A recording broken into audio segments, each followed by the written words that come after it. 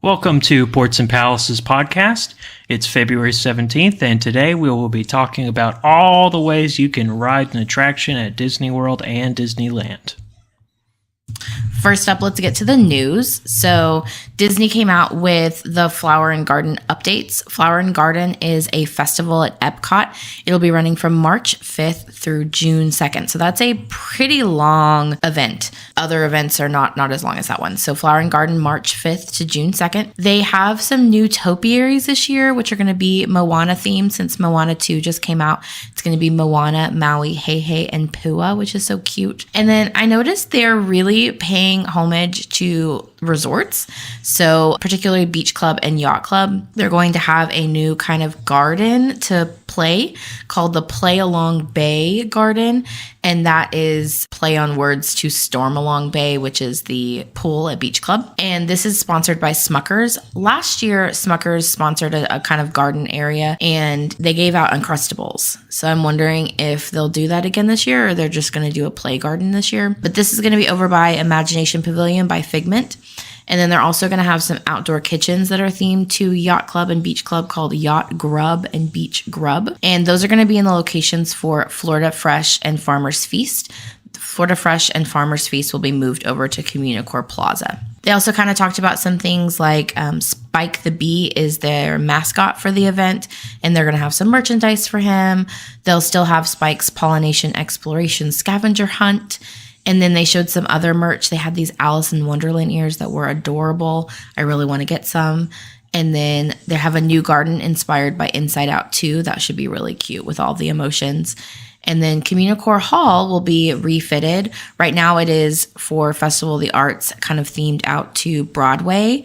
And it's going to be a new kind of refitting to a bee's eye view, where you can learn more about Disney's horticulture team and how they bring topiaries, flower towers, and more to the Epcot International Flower and Garden Festival. That's all Disney said on that, but I'm interested to see if they bring out more for that. We will probably do a full podcast about Flower and Garden when they release the foodie guide, which is like all the food, but they call it a foodie guide, but it's just basically just a bunch of menus. So we'll do one of those probably next couple weeks.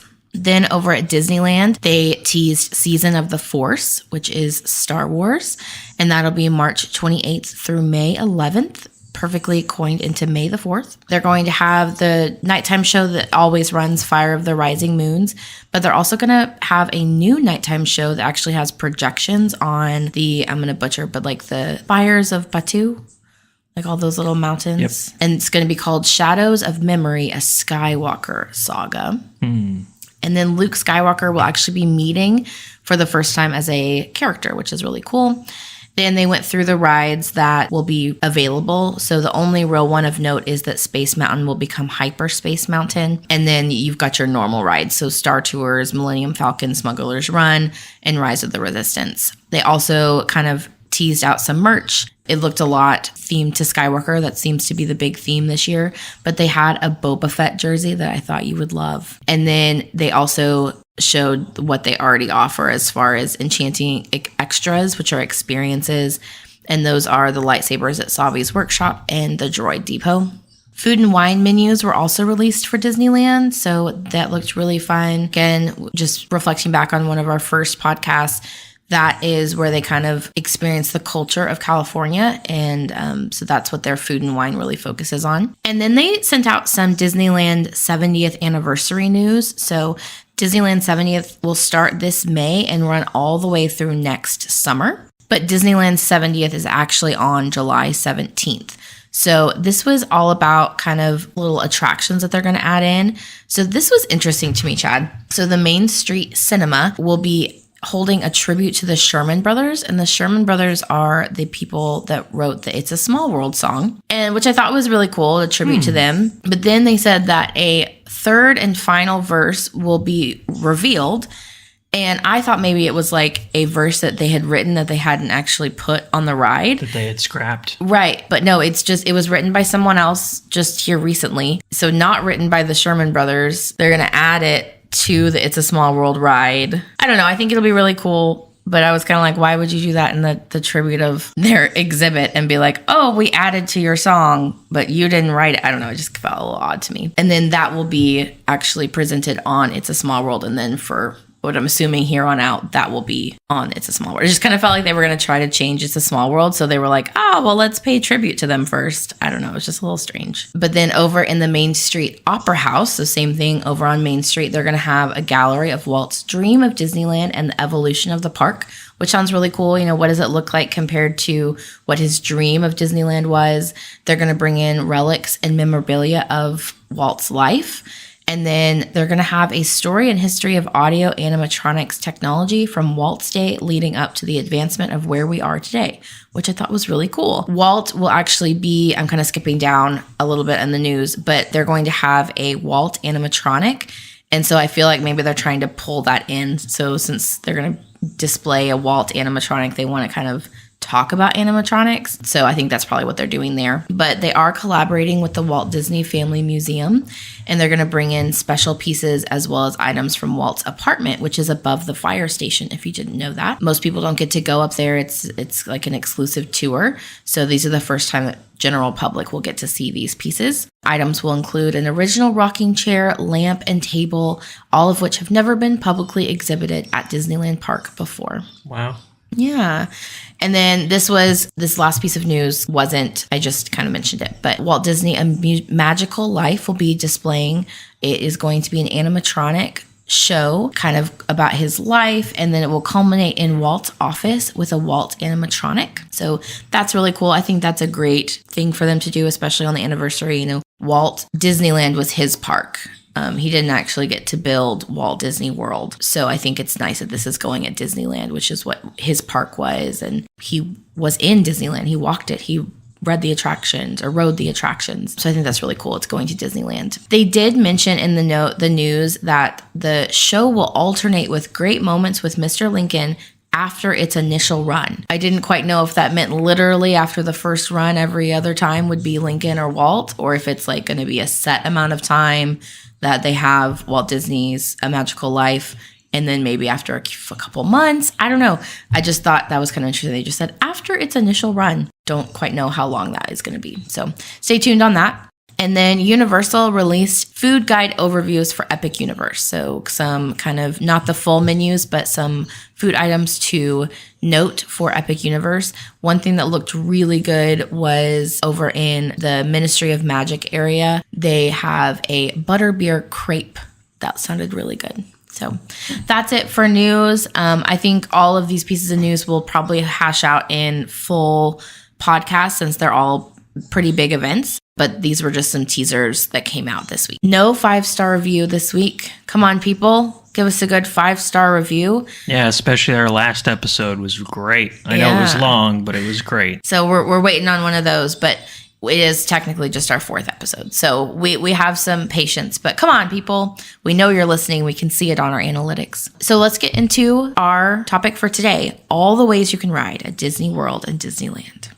So our first Disney topic is standby lines. It's just kind of like it sounds. It is the line you get into. There's no lightning lanes, no premier pass. You're just waiting in line. Pretty straightforward. Straightforward. You walk up to the attraction and you get in line. There'll be a sign above it that says standby. So this is included in your park ticket. It's what you're paying for. Almost every ride is standby. We'll get into the ones that aren't here in a minute. You just walk up. And this is what most people are used to if you go to a theme park. But there are a couple rides that currently don't have a standby line, and those are usually the newest rides on property.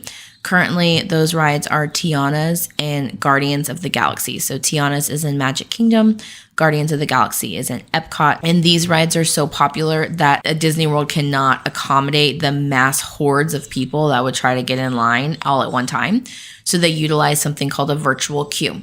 What that looks like is at 7 a.m. on your park day, you would get onto your Disney World app, which is called My Disney Experience, and you would join the virtual queue. My recommendation is to get on a few minutes early because there are some pre-booking kind of questions, like how many people are in your party, who's riding, things like that. So get on early, and then also use a world clock. So as soon as it says 6:59:59, you are tapping join queue. Then after that, you are in the virtual queue. You can't just walk up to the ride at that point because you're just kind of in a virtual line.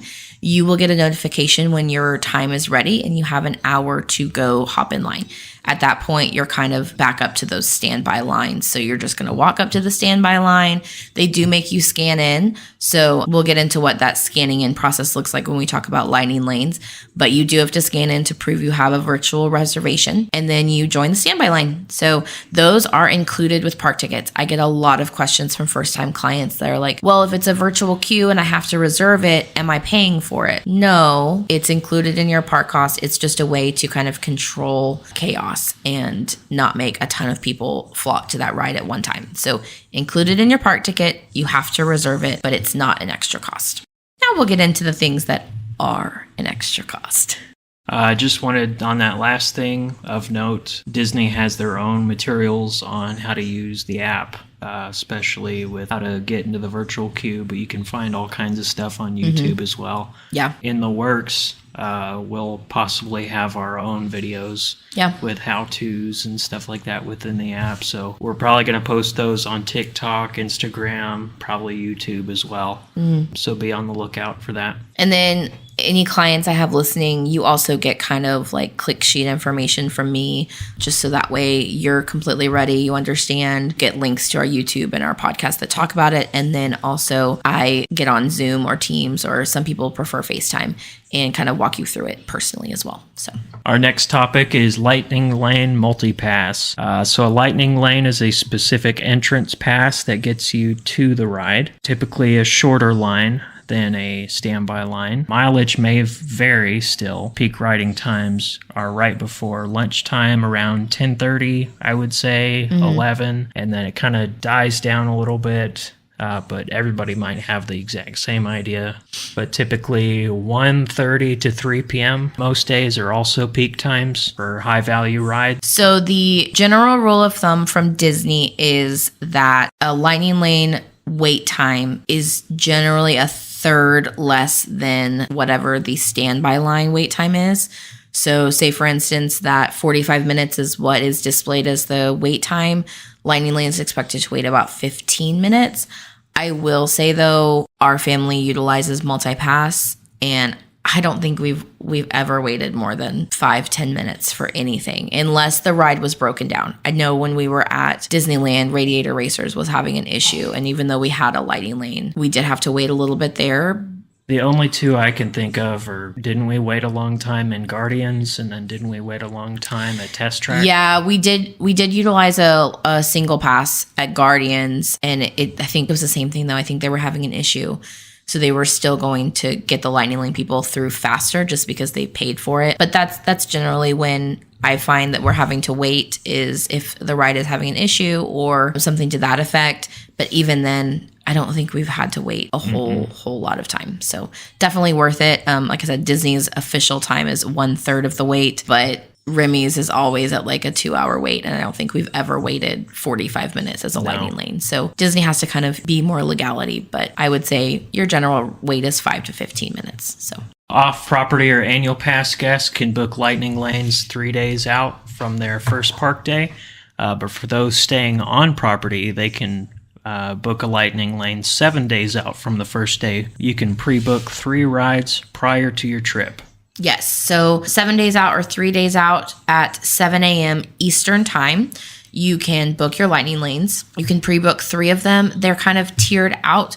We didn't go into a whole lot of that. I feel like that's more of a Lightning Lane 201 podcast, but you have tiers that you can pre-book 1 from tier 1 and 2 from tier 2, or 3 from tier 2 if you only want tier 2.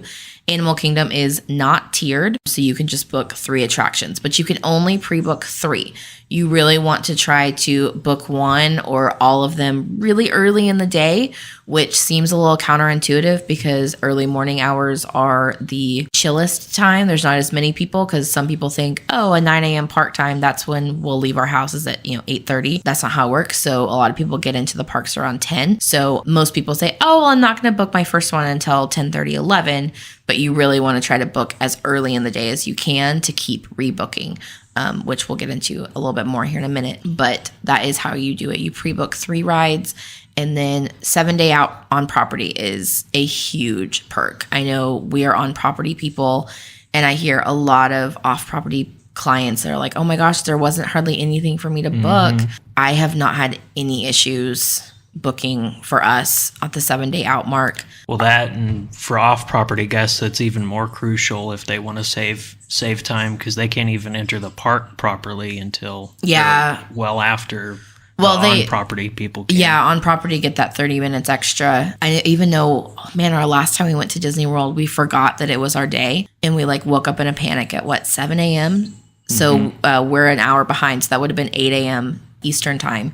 And I thought for sure, oh my gosh, everything's going to be gone. This is not going to work well for us. And we got everything we wanted at the exact time we wanted. So that 7 day out is an amazing perk to staying on property. Can't say that for other reservation stuff, though. We've woken up months in advance at 3 o'clock in the morning, and stuff is gone in seconds. So dining is a whole different beast. There's no real perk. There is. On-property guests can book their whole trip up to a certain point on their 60-day mark, whereas other people have to book. If you're off property, you book each day at the 60-day mark. So there is a little bit of a perk there, but if you're looking to be on property but booking for your very first day, there isn't a whole lot of availability there. So that is something to think about. Once you're in the park, when you use your first lightning lane, you can book another one. So there's not a whole lot of having to time it out or things like that. You just use one and book one. That's at Disney World. I'll get into the differences of Disneyland here in just a minute. So to loop back, so after you used pre-booked lightning lane or your most recent lightning lane, you can book another lightning lane. Now, Kirsten, wasn't there a rule that you have to wait an hour before you can book another one, or did they do away with that rule? Yeah, no, Disney had Genie Plus, and that was a whole different thing. You were timed, which is what I was saying. Multipass now, it's truly you just get one, you use it, you get another one.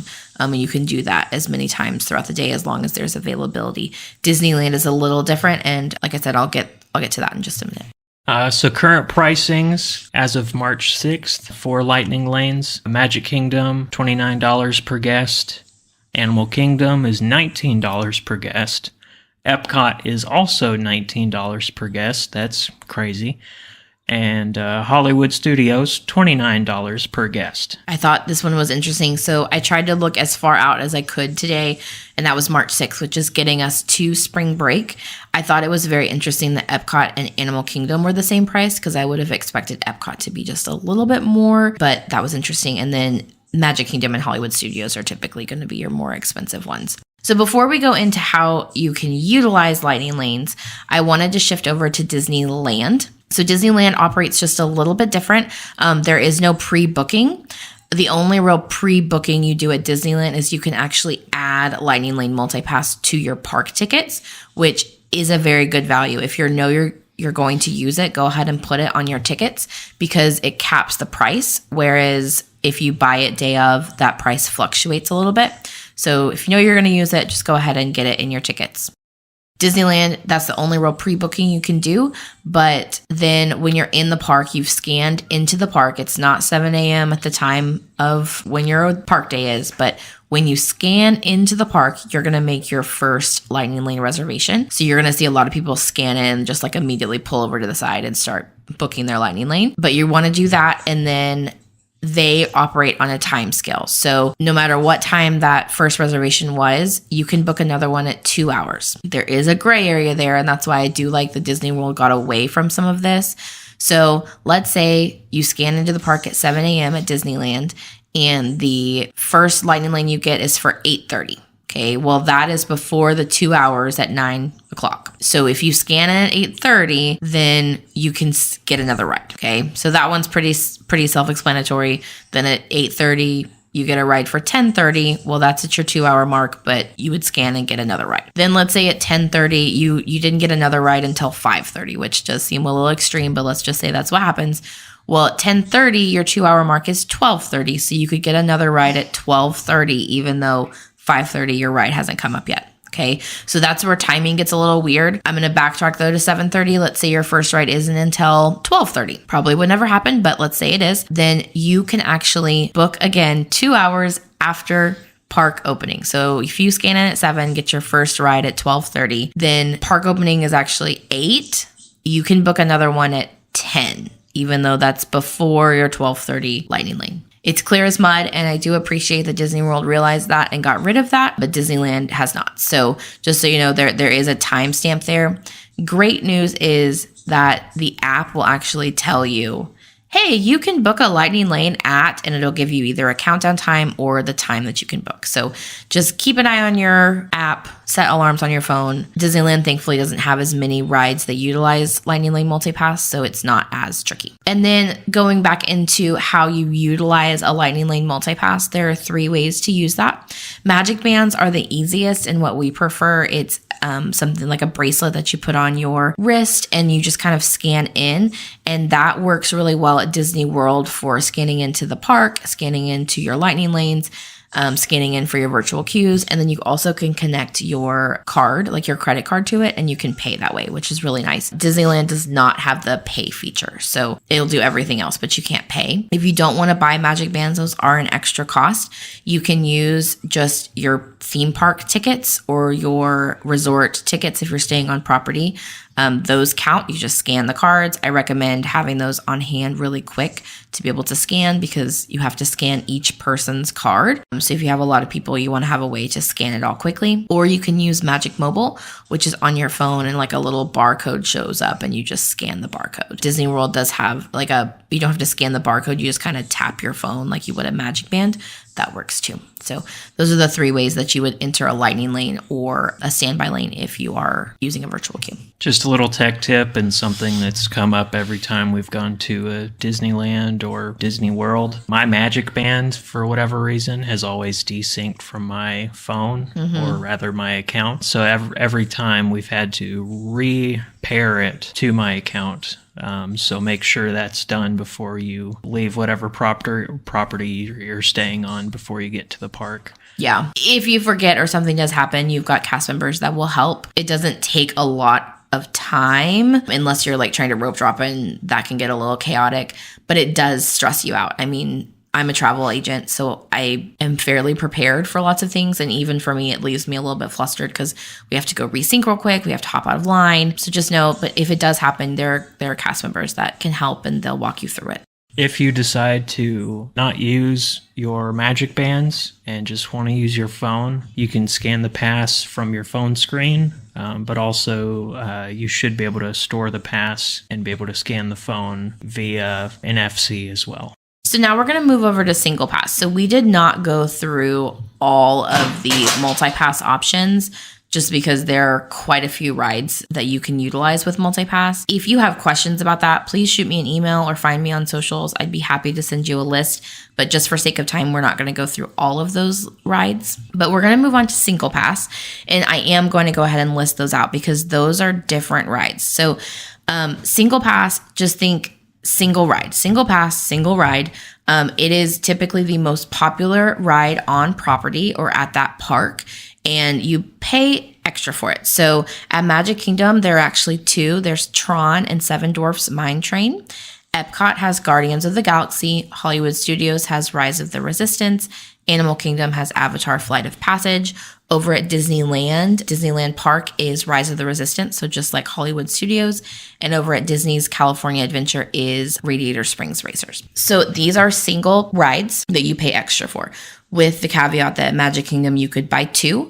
You could get Tron and Seven Dwarfs as a single pass ride. Remember, single pass, 1 ride, 1 time. So you are paying for 1 ride and you're paying to ride it 1 time in the lightning lane. So a lot of people get very confused with that of, oh, okay, well, so I'm paying extra to ride that as many times as I want. No, it is that 1 time that you're paying for. That gets very high note when we are going through the cost of those here in just a minute. These do operate the same as a multi-pass though. So 7 days out, you can reserve that for on-property guests and 3 days out for off-property or annual pass. My suggestion doing these for clients all the time is to go ahead and book all your multi-passes first and then go in and get your single pass. If you try to get your single pass at the same time, Disney doesn't want you to overlap too much. And so your single pass just kind of pushes everything else down. So my recommendation is to go in, get your multi-passes. They will kind of push them out as much as Disney wants you to. You can modify those and then go back in on a separate transaction and get your single pass. We did that this last time and we're able to get, I think we got a burner ride of Spaceship Earth at 9:00 and then got Guardians of the Galaxy at 9:25 as a single pass. We would not have been able to do that if we had tried to get them all in one transaction because Disney wants to try to space you out hours apart. So just a tip, if you don't want to pay for single pass, you can use the standby line. Some people seem to think that because these are single rides, you can only get on them with lightning lanes. You can use the standby line. I will tell you, as a travel advisor, these lines are long. So you can absolutely use the standby line. I think we're going to go over it when we do our tip section here at the end.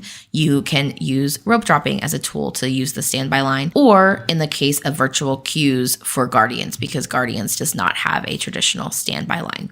There is a way to ride these rides without buying single pass, but you're going to wait a while. Be prepared to wait in line at, say, Flight of Passage for sometimes up to 2 hours, I've seen. Rise of the Resistance. Oh. Now it's a little bit older, but it's still a very high foot traffic attraction. And it breaks down. And it breaks down a lot, which somebody from our listeners had a great question, and it was, let's see here. So if a ride breaks down from a pre-booked lightning lane, can they just hold on to that until the ride comes back up, or do they have to reassign it to a different ride? So that depends on if it's a multi-pass or a single pass. Thank you for the question, by the way. So multi-pass, you will more than likely get a multiple experience pass. So you are able to use it at another attraction. They are leveled out. So like if Spaceship Earth is broken down, you're not going to get a multi-experience pass for Remy. It's kind of the rides that are aligned together, but you do get a multi-experience pass. And then you also are able to book a new ride. So you kind of get a free ride there. If it is a Lightning Lane single pass, you also get a multi-experience pass, but it's just for that ride.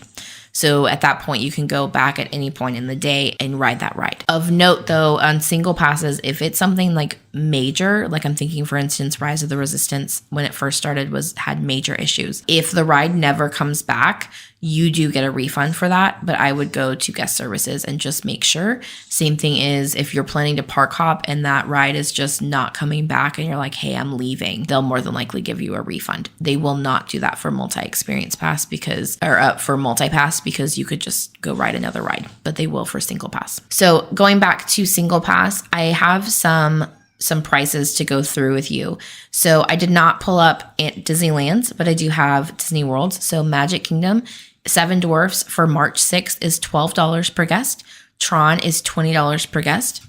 At Animal Kingdom, Flight of Passage is $18 per guest.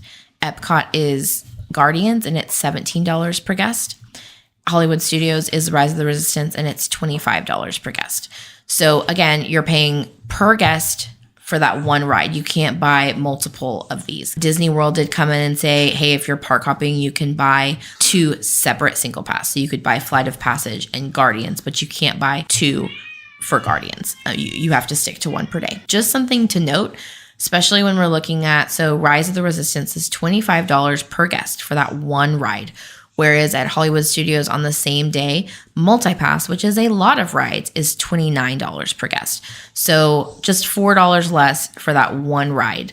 Same thing happens at Animal Kingdom. Flight of Passage is $18 per guest for that one ride, whereas getting Animal Kingdom's multi-pass, which is a lot of rides, is $19 per guest. So something to keep in note, and we will go through that when we look at tips, but it's almost the same price for single pass, which is one ride, as it is for multi-pass, which is multiple rides. So something to keep in mind when you're looking at budgets. I will say the Lightning Lane, worth it for Tron, but me personally, that's kind of a one and done ride. It's very short. It's very exciting, visually stunning, but it's a very quick ride, and you're not going to be wanting to wait in line for an hour and a half for the length of the ride that it is. Yeah, I would say Tron was kind of a one and done for us. Moving on. So our next topic is Lightning Lane Premier Pass. Same rule of thumb, off-property or annual pass guests can book 3 days out from their first park day. For on-property guests, they can book 7 days out per usual.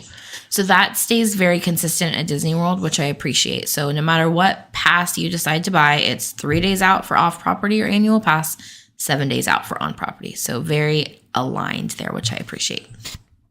This includes all rides, single pass and multi-pass. So all in one bucket.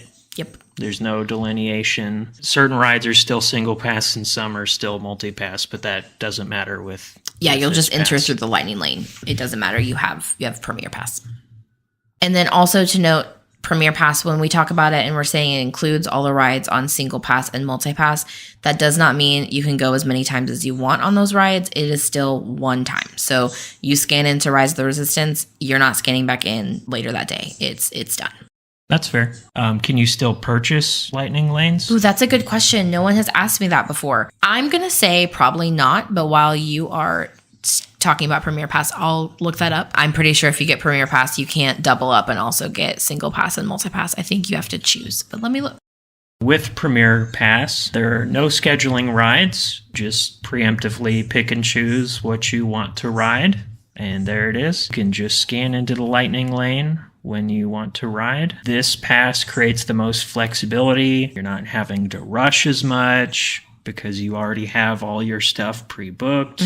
This is good for combating high volume, high foot traffic times, as well as the rides that are high traffic. Or even better, if it's your first time, you really don't have to, spend hours planning you just go. Your first trip and stuff like that.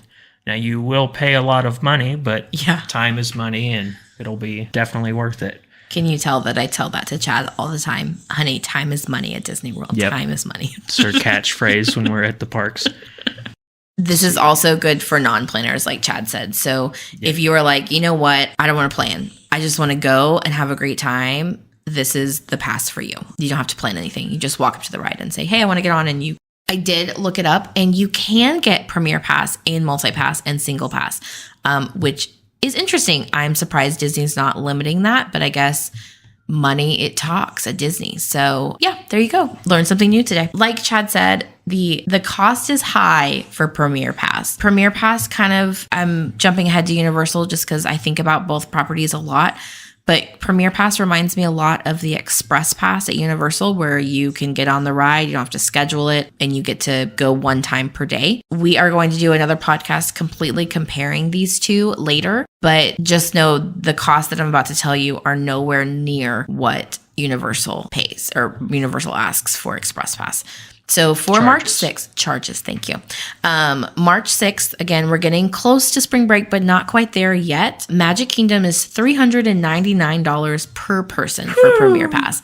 And please know, these passes don't transfer. So if you are park hopping, you will pay for Magic Kingdom. And if you're park hopping on the same day to Animal Kingdom, you will pay for Animal Kingdom. There is no one property for all the rides. It is not how it works. So Magic Kingdom, $399 per person. Animal Kingdom, $189 per person. Epcot is also $189 per person. And Hollywood Studios is $349 per person. Even if you think about all the rides that Magic Kingdom offers, that per ride per person cost is astronomical. We're talking like $45 per ride, which is insane to me. And if you're really big on Animal Kingdom, just be aware that that specific park does close earlier than the other parks.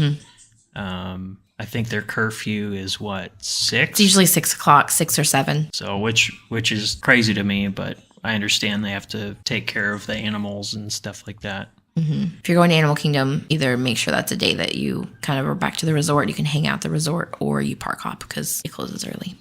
And no real fireworks show or anything. And then we're going to talk about the last way you can skip the lines at Disney World, and that is a VIP tour. So this is across all 4 parks, and it is private to you. So there's no non-private VIP tour. It's private just to you and your party.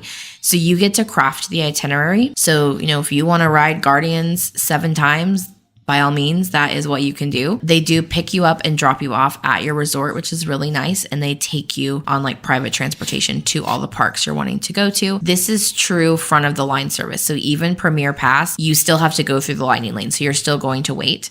VIP tours literally will take you right to the front of the line. You do sometimes skip the queue. So if queues are fun and you want to see those, sometimes VIP tours will skip all that to get you to the front of the line. And then they do include snacks and drinks in that. VIP tours are going to be your most cost item, with a caveat that if you have quite a few people, it can actually be cheaper than a Premier Pass. So VIP tours typically go about in the $1,200 to $1,500 range, but that's per group, and there you can have up to 6 people in your group. Now that is with that package. When she says it's cheaper overall, that's per capita. So like per head in your party by volume, it's going to be cheaper than a Premier Pass. So if it's just 2 of you, it's not going to be cheaper than Premier Pass. But if you have a party of 6, it could actually end up being cheaper than Premier Pass. Plus with the extra perks where you can use across all 4 parks. Premier Pass, you can't do that. So, just depending on your party size, VIP tour may actually be more cost effective. Again, I'm happy to go through that with you. If that's a question you have, shoot me an email or find me on socials. Sometimes for some clients, I have found that VIP tours are actually cheaper than Premier Pass. Now, we are going to get into tips, but I do want to go back through Disneyland. I kind of skipped Disneyland on Premier Pass.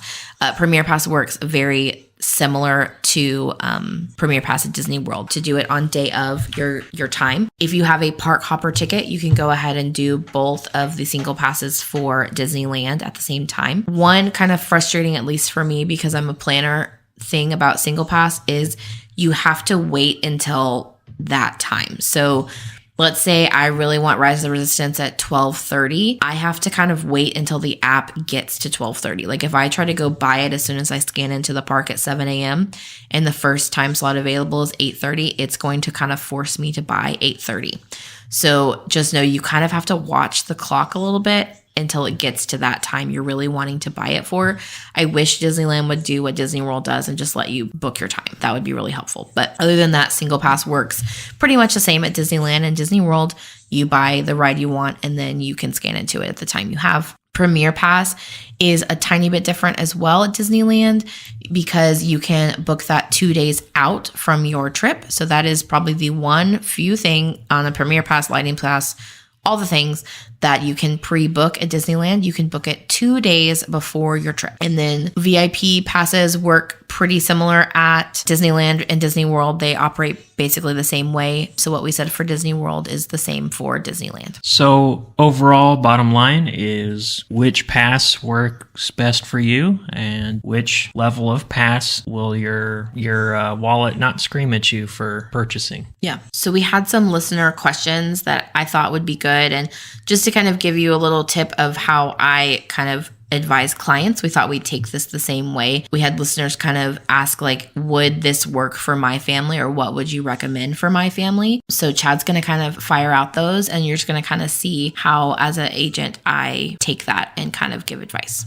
This listener asked, my family is very ride focused, meaning they only want to go on specific rides, Rise of the Resistance, Flight of Passage. So it sounds like they're park hoppers typically. Which level of pass, or which package, I should say, is better for them? So if you are truly ride focused, and this is a once in a lifetime, I'm not coming back here. This is like our kids are perfect age. We're done. I would probably look at the Premier Pass, if only at Magic Kingdom. Magic Kingdom has a ton of rides, and a lot of people think they can get through it in one day, and most people cannot. But with Premier Pass, you might get there. So I would say look at Premier Pass for at least Magic Kingdom. I think the rest of the time I would just do multi-pass for sure for Hollywood Studios and Animal Kingdom. I might splurge for Premier Pass at Epcot just because they have a lot of tier 1 attractions there. But if money is no contest and you're not coming back, so you may as well spend the money and get your time, I would just say go Premier Pass on that one. Time is money, baby. Time is money. Our next question comes from a group of friends. They go lots of times each year to all the seasonal gatherings and stuff like that.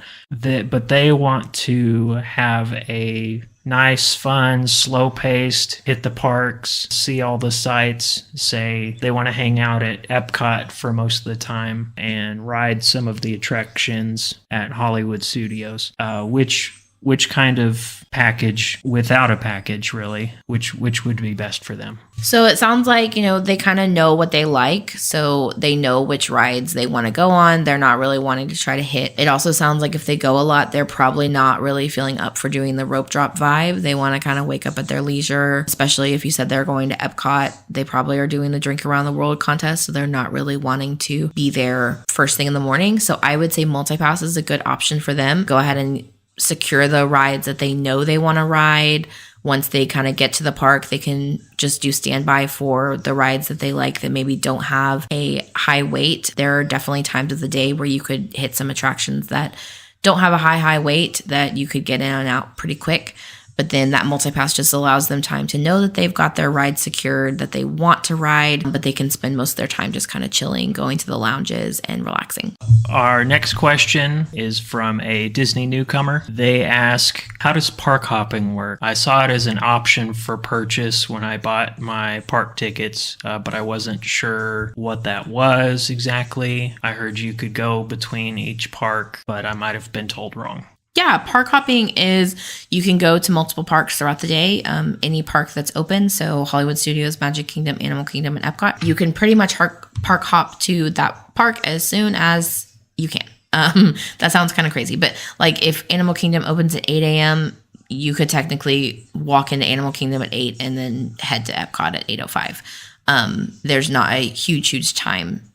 There used to be with COVID, but it's not there anymore. As far as what pass you would get, that really depends. It doesn't sound like they have a lot of questions about multi-pass or anything like that. My suggestion, if you're planning to park hop, is to at least get single pass, because you're not going to be able to rope drop one of the single pass attractions. So I would get that. And then I would go ahead and get multi-pass. Multi-pass is a great choice if you're going to start at Animal Kingdom and hop somewhere else, because Animal Kingdom is usually the cheapest multi-pass option. And then it also opens the earliest. So you can start rebooking, for instance, you go to Animal Kingdom and ride one ride with multi-pass, you can shift over, and before people have even entered Magic Kingdom, you could have already booked some rides for over there. So that is a huge perk. That's another kind of Lightning Lane 201, just how to utilize that multi-pass to its full advantage. That is a huge thing in Animal Kingdom because it is the cheapest. You could ride one ride and then modify the rest to wherever you're going. One thing we didn't know with multi-pass is if you're a park hopper, you don't have to pay. Like, let's say you're going to go to Animal Kingdom and then Epcot, you just pay Animal Kingdom's price. You don't have to then pay Epcot's on top of it, which is really nice. But that would be my recommendation. Well, without all the information there, at least a single pass and potentially a multi-pass, depending on where they're planning to hop to. Now, this excludes Premier Pass and VIP Tour, but it is absolutely essential, whether you have a pass or not, especially if you want to ride Flight of Passage. People are going to be flooding there straight to that ride in the mornings. It is absolutely essential that you rope drop. It's always busy. It's always a long wait. I don't think I've ever seen it break down before. Yeah, it doesn't break down much. Because it is an AR experience yeah. But yes, definitely want to rope drop for that attraction.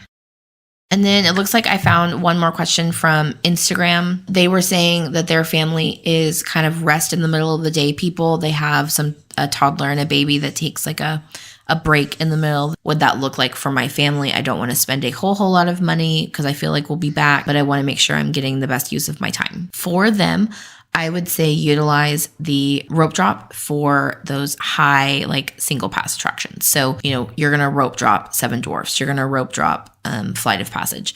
Something to note for her family, though, it sounds like they're young kids. So you want to utilize what's called Rider Switch, which is where, some of the party can go ahead and go, and then you get a lightning lane for the rest of the party to go either right after or later. So definitely want to take advantage of that. But that's my recommendation for rope dropping, is to do one of those single pass attractions.